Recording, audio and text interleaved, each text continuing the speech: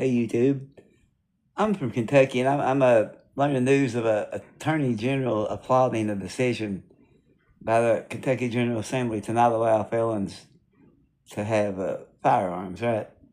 He's applauding the decision and saying that he supports the Constitution. He supports the Second Amendment.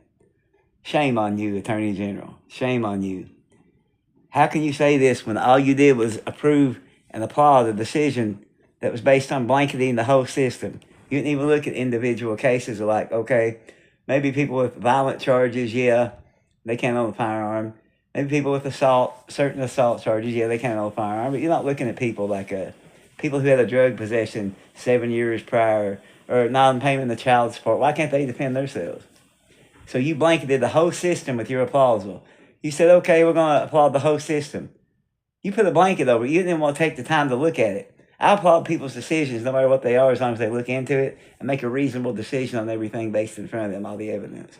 Okay, how can you blanket the system and say felons? Why don't you distinguish the difference between violent and nonviolent, child support and drug possession multiple years back? Why can't you distinguish that, Attorney General in Kentucky? Why not? Because you're blanketing the whole system because it's easy to do that way. You don't do nothing for felons. The only person who's done anything for felons is Trump. I'm telling you the truth. If you don't believe me, look into it. He had a first presidency, not this time, last time.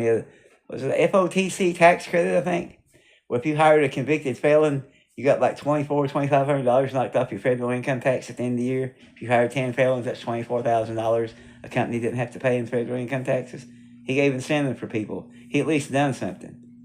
And, now you're Attorney General of Kentucky, you're saying, oh, felons shouldn't have fire. Felons, wait a minute. Wait a minute.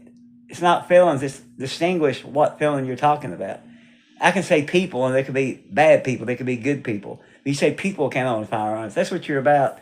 You're progressive, and you're trying to hijack the Constitution and say, I support the Constitution. Why don't you look into it and say, hey, we're going to distinguish the difference between felons who can have them and felons who don't. You know why? Because you don't want to look into it because it takes time.